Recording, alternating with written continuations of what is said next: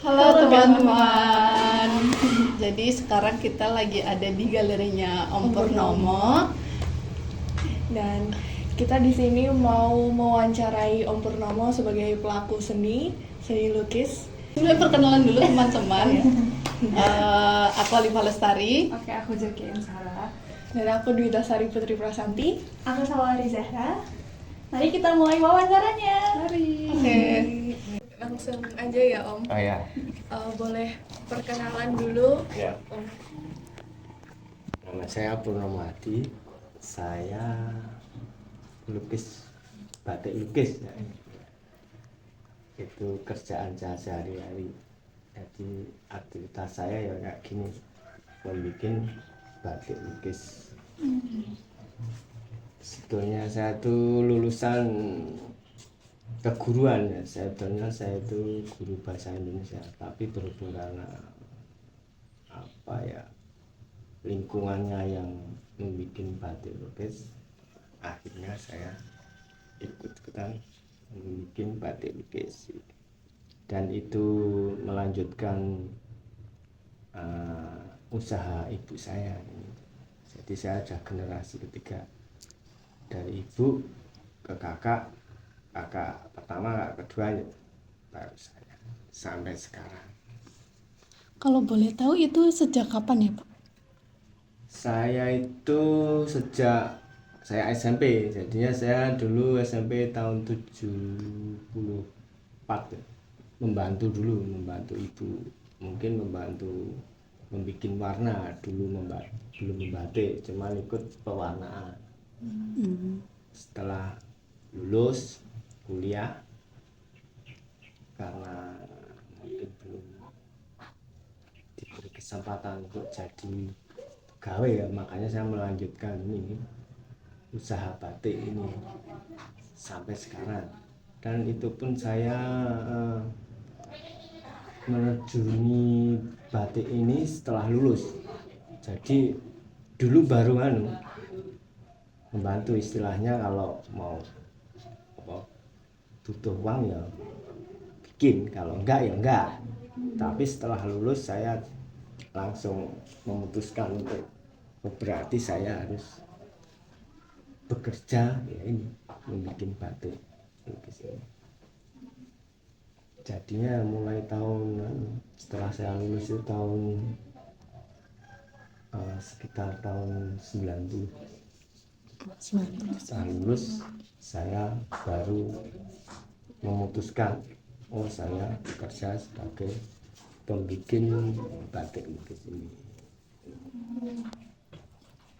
Terus buat batik-batiknya ini Om Purnomo ini belajarnya dari ibu atau dari mana? Pertama satu kan lingkungan. Mungkin dulu kalau ibu membikinnya bukan batik lukis gini, tapi batik jarik, mungkin kayak batik tradisional. Terus karena kakak saya, kalau di sini dulu ada namanya Sanggar Kaltika. Terus para pemuda dikumpulkan di sanggar itu, dikasih wadah itu. Biarpun didoktrin, biarpun kamu kuliah jurusan mungkin keguruan atau jurusan ekonomi atau kedokteran di sini, kalau kamu tinggal di sini ya harus bisa membatik, begitu. Jadinya nanti ada event tahunan, setiap tahun kita keluar kota untuk pameran. Nah, terus anak-anak ini disuruh bikin satu karya gitu. Makanya seangkatan saya itu semua bisa batik, tapi untuk yang ini di bawah saya itu belum tentu bisa batik, tapi seangkatan saya semua bisa batik.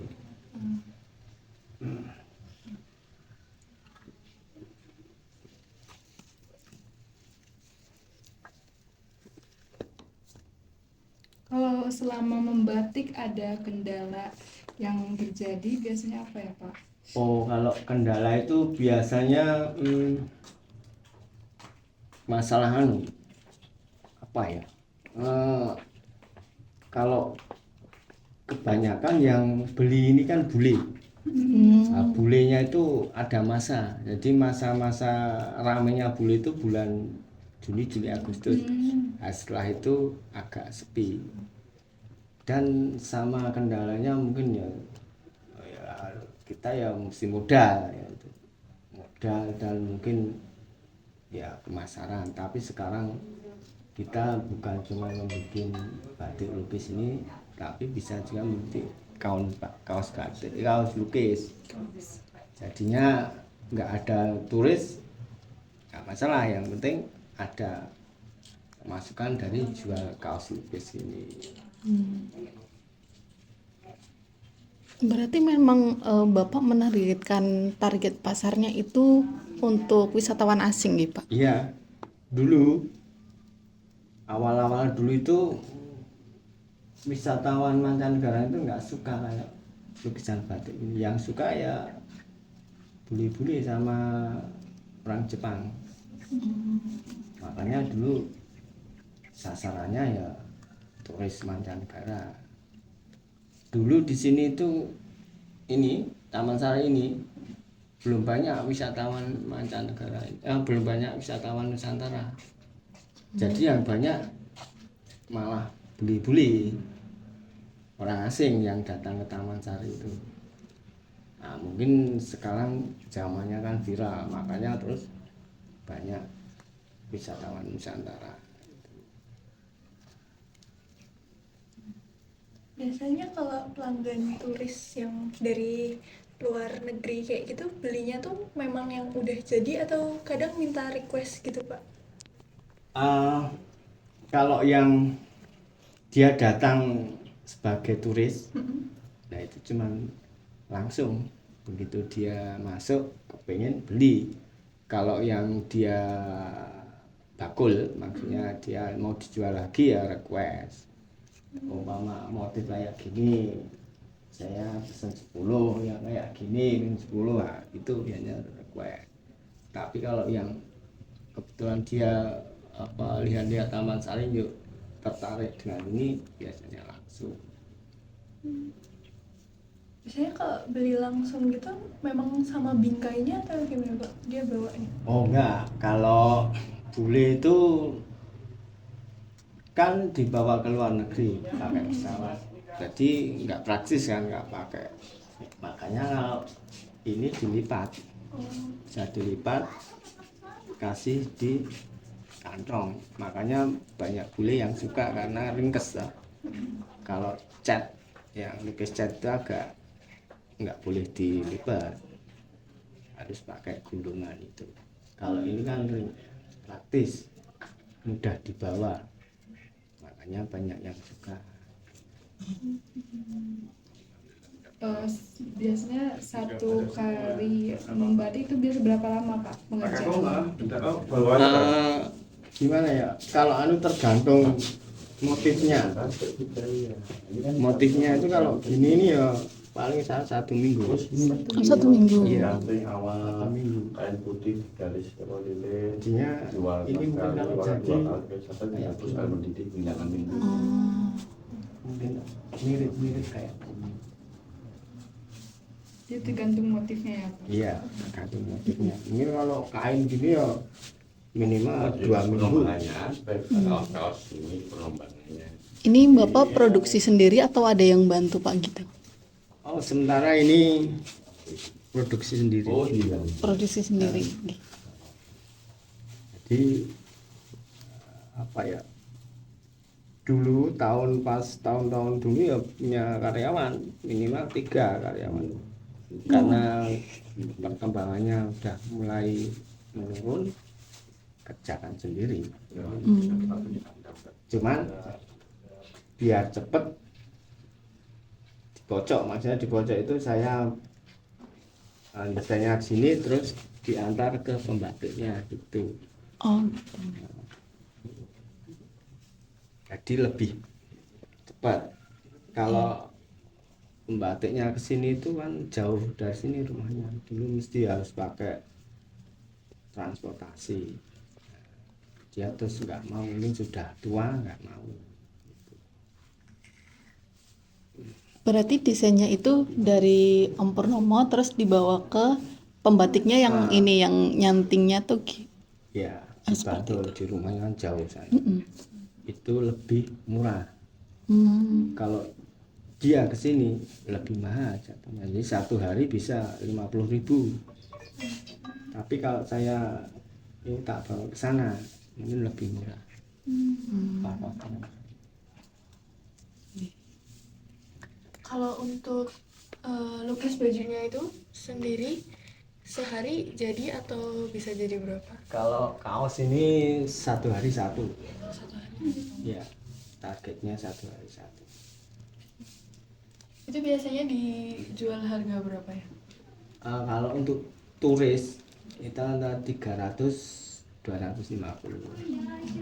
Ini kalau domestik paling 200.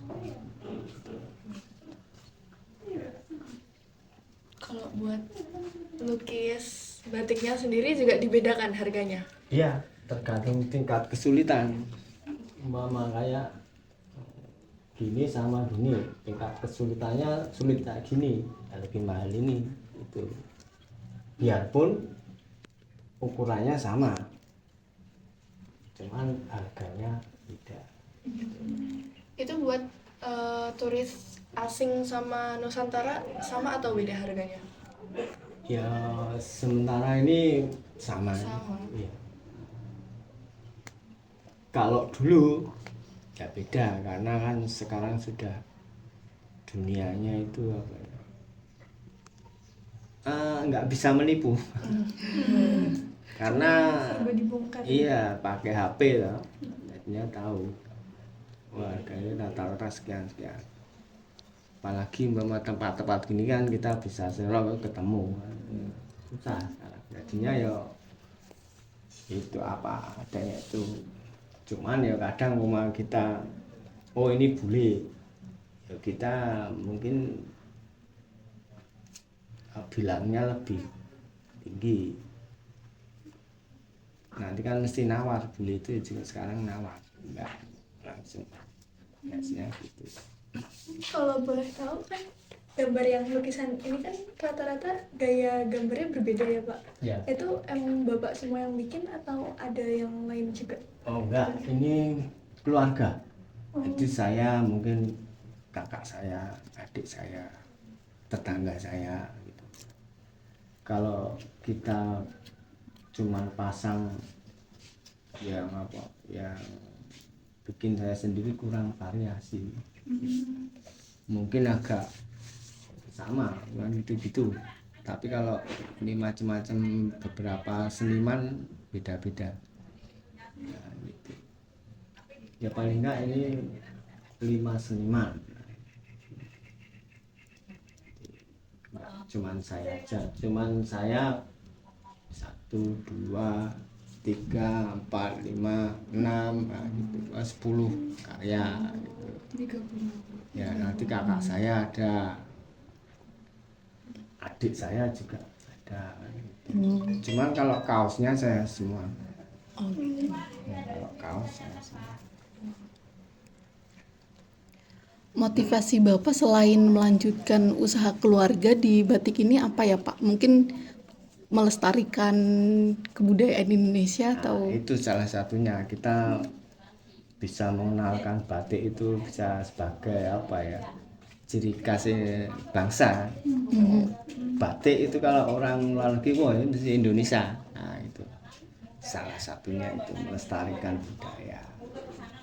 Jangan sampai diambil orang, diambil negara lain. Kan dulu pernah diklaim Malaysia. Iya, betul. Makanya ya itu mungkin tugas yang generasi yang muda-muda itu paling tidak ada yang meneruskan kan gitu. Ya memang susah sih mau meregenerasi pembatik seperti petani. Kalau sekarang petani itu anak-anak muda nggak mau jadi petani ya.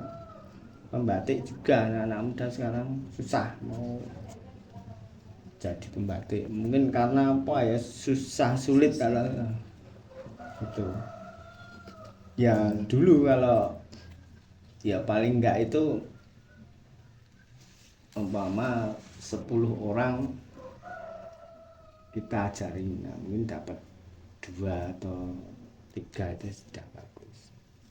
yang bisa melanjutkan membatik.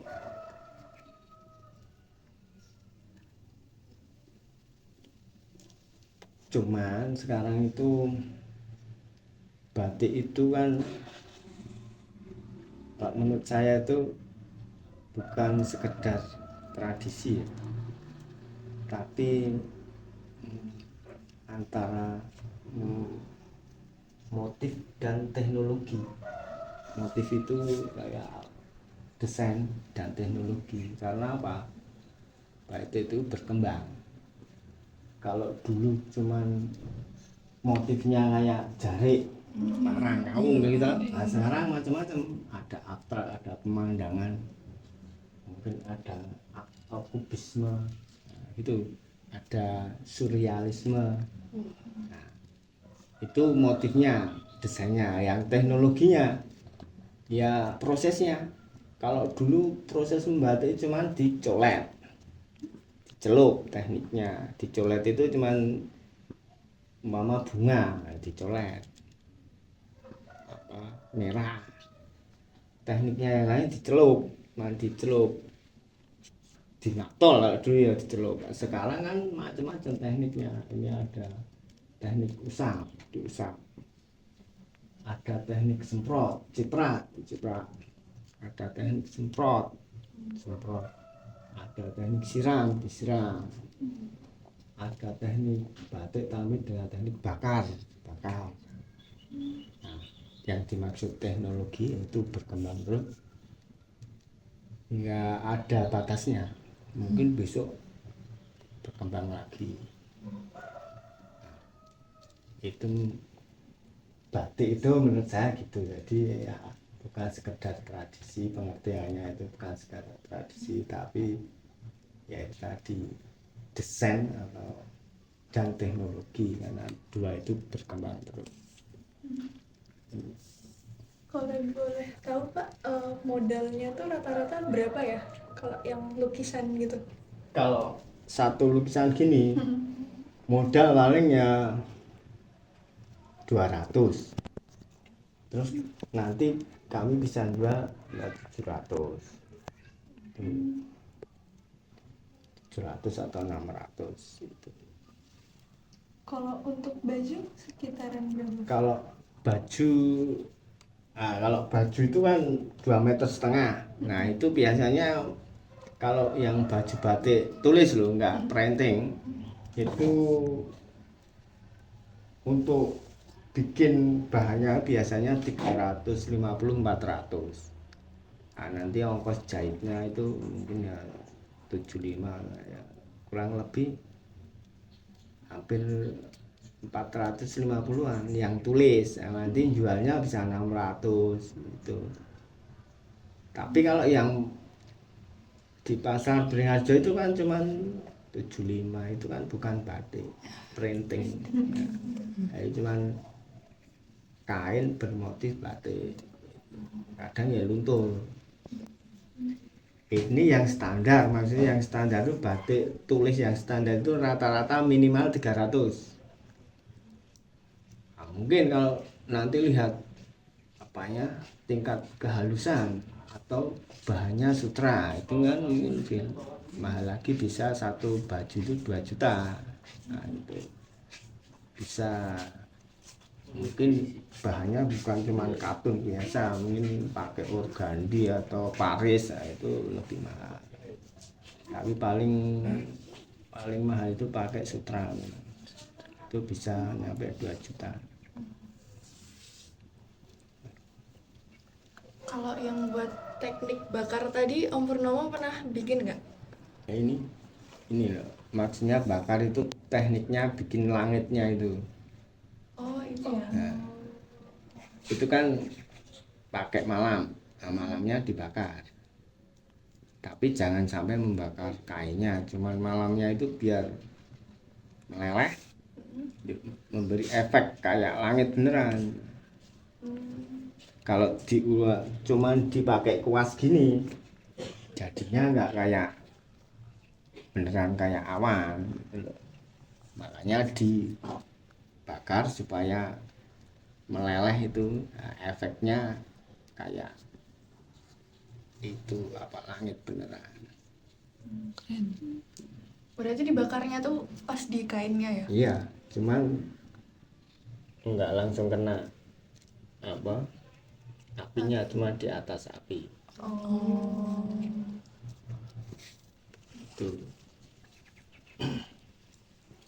Kalau gini kan nggak ada itunya apa awalnya, ini cuma teknik usap.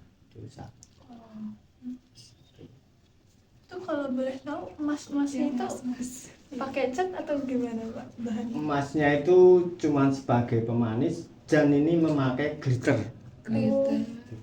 Glitter itu bahan asedo kalau nggak tahu, kalau nggak salah. Nah, glitter itu yang biasanya digunakan yang kuning emas sama yang perak, tapi bagusan yang kuning. Dikasih ini kalau kena lampu bisa apa ya seolah-olah ini mahal. Nah, biasanya yang menggunakan glitter itu orang Padang itu kalau mau apa jarinya untuk mantenan itu mesti di glitter semua, diprodol satu jari. Kalau memakai teknik yang pakai benang emas itu, wah itu mahal, samping mahal lama. Cepet kayak gini murah, lebih murah apa ya sekilas hampir sama. Kalau pakai yang benang emas itu kan lama, kan kayak dijahit lama. Kalau yang glitter ini nempelnya pakai apa Pak? Caranya gimana? Pakai lem. Jadi ini pakai lem supaya glitternya nempel kan, lem dulu. Lem ya, ditempelkan menurut garisnya. Lem, udah baru dikasih. Taburin ini glitter. Kalau boleh tahu lemnya jenis apa ya? Lemnya itu namanya binder dan rubber. Binder dan rubber. Binder itu rubber itu karet kan. Binder rubber terus dioplos baru memang tekniknya gini ada dua, ada yang ditabur, ada yang glitternya dicampur. Yang tadi rubber binder glitter dicampur baru di apa dilukiskan, nanti muncul terus dipilih nanti muncul senengan itu. Nanti kalau teknik kayak gitu seneng ya. Kalau tekniknya di pure risikonya ya kita harus safety, pakai safety. Soalnya ini kan tubuh bahaya ke apa paru-paru. Tapi kalau dicampur langsung nggak kemana-mana kan. Soalnya langsung dicampur lemnya itu tadi beratnya. Nah itu makanya tadi itu yang masuk teknologi dulu berkembang. Dulu taunya campur, sekarang enggak tabur. Ya teknik-teknik berkembang terus. Dulu malamnya masih panas, hot wax. Sekarang ada malam dingin, membatik menggunakan malam dingin. Di Solo itu kalau batik-batik yang tradisional menggunakan malam dingin. Nah itu saya belum tahu, mungkin kalau secara apa ya, secara normal kalau menggunakan teknik malam dingin itu kayak apa ya, kayak di sablon, menggunakan sekring kalau di sablon. Cuma nanti terus dikombinasi gitu. Nah, itu untuk menyingkat waktu. Mungkin kalau bikin kain panjang itu rata-rata 1 bulan, kalau pakai malam dingin mungkin bisa seminggu 2 minggu selesai. Jadinya kalau dijual nggak terlalu mahal. Kalau bikinnya aja 1 bulan, nah, nanti perharinya membayar karyawan sekian, dihitung-hitung nggak profit, nggak untung kan. Makanya di Solo itu udah mulai memakai malam dingin. Kalau di sini belum. Di sini belum. Masih malam panas. Kalau boleh tahu, ada karya yang paling Om suka nggak, yang mana gitu? Dan alasannya kenapa? Kalau saya suka karakter saya bikinnya yang abstrak ini, yang kontemporer ini. Ini kalau ini kan dulu untuk pameran, makanya harus dikonsep. Di konsep itu ya ada ceritanya.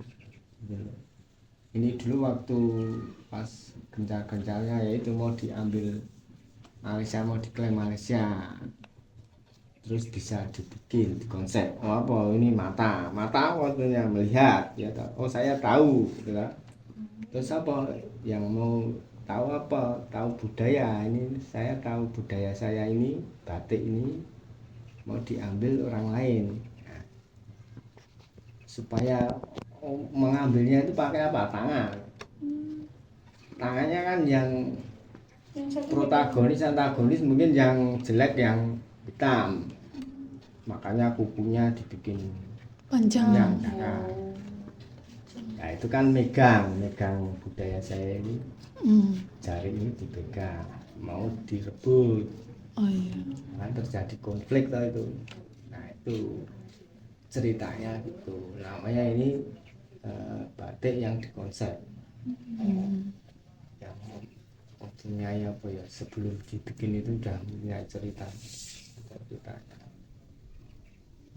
Nah, itu. Dulu lanjut deh. Kalau batik-batik gini biasanya untuk pameran. Jadi kalau saya mau pameran itu bikin yang spesial, yang beda dengan yang di pasar. Jadinya apa ya? Di pasaran lain nggak ada, cuma satu gitu. Memang saya dulu bikin 2 untuk apa ya, perbandingan yang bagus, yang tapi yang satu udah laku. Dulu Om Purnomo pamerannya gimana ya? Ya pernah di Bandung, di Jakarta, di Solo, di Mojokerto. Nah, itu kalau tergantung apa ya, kebetulan punya temen diajak pameran ke sana ya berangkat. Dulu di Bandung ya ada orang apa, kursus batik sini, orang Bandung, terus yuk pameran tempatku ya, kita berangkat sana. Kemauan.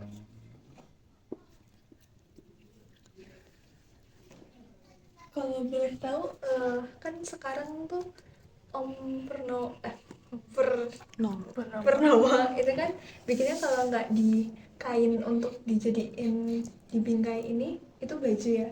Kepikiran untuk di media lain nggak? Oh ada media lain. Contohnya ini saya baru ada pesanan untuk bikin tas. Jadi bahannya dari kanvas. Nah ini baru yang saya kerjakan tiap malam ini. Sementara saya bikin kaosnya bentik, terus bikin yang bahan tas ini. Tote bag gitu ya? Iya, ini pesanan, tapi ini bukan saya tak jasi, saya pesanan. Ini mungkin tasnya simpel, cuma tas.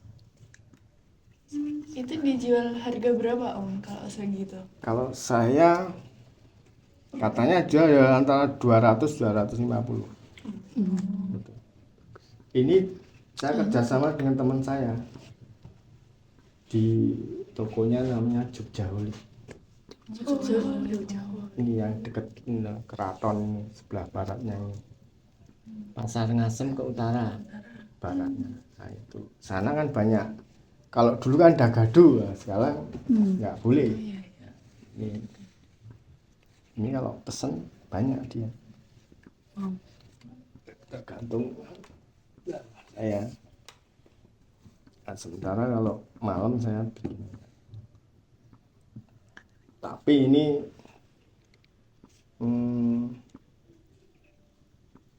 bahannya mah lebih tebal daripada yang ini. Nah, ini kanvas lah. Ini sebenarnya untuk bahan untuk bikin lukisan cat.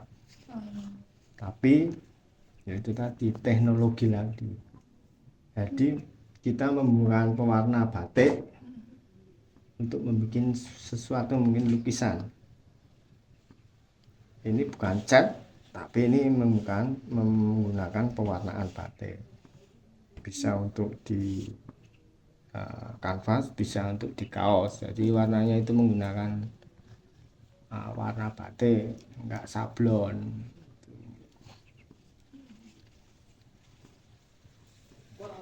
Terus kalau buat karya-karyanya Om Purnomo ini dipasarkan di mana selain di sini? Ya biasanya di sini ada buyer loh. Mungkin dari bule Prancis datang sini pesen, dijual ke negaranya. Mungkin ada orang Bali beli di sini dijual di Bali gitu. Biasanya penjualnya kalau dulu di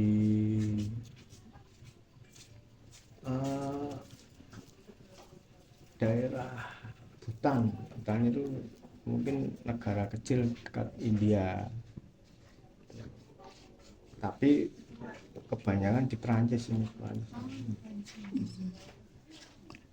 Kalau di media online gitu Om Purnomo mempromosikan nggak? Ya kadang-kala kalau saya pas bikin TikTok itu ya pas berkarya.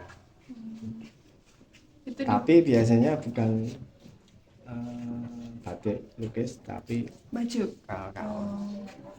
kaos kan fleksibel, yang beli bukan cuma turis itu. Mungkin orang SMA, ibu rumah tangga, bapak-bapak kan bisa. Itu.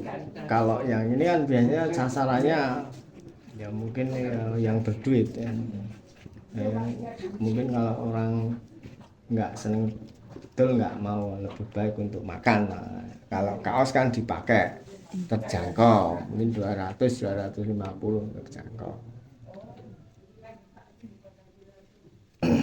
Mungkin ini pertanyaan terakhir Pak. Ya. Pesan buat anak muda dong terkait lukis batik ini. Ya sebetulnya untuk kaum muda itu lukis batik itu sebetulnya apa ya? Ya kalau bisa itu diapresiasi. Mungkin anak-anak muda sekarang ternyata batik lukis itu ya bisa dikatakan seni, bukan kalau sekarang itu dikatakan bukan seni murni, tapi apa ya, bukan seni murni, isinya masih dipandang apa ya, kayak masih souvenir. Jadi masih bukan karya yang menjanjikan. Nah, mungkin kalau adik-adik bisa mengembangkan, kan bisa sebagai itu karya yang menjanjikan. Nah, sekarang kan batik ini kan masih dipandang, wah ini batik biasa gitu ya. Kalau bisa mengharapkan sebagai generasi penerus, mungkin bisa teknologi berkembang, akhirnya bisa dikatakan seni murni gitu. Paling tidak itu. Mungkin cukup sekian wawancara dari kami Pak. Kami mengucapkan terima kasih banyak karena Om Purnomo sudah siap menjadi narasumber kami. Halo teman-teman. Jadi sekian podcast dari kami, wawancara bersama Om Purnomo. Jadi jangan lupa melestarikan warisan budaya tak benda, yaitu batik. Dadah Om.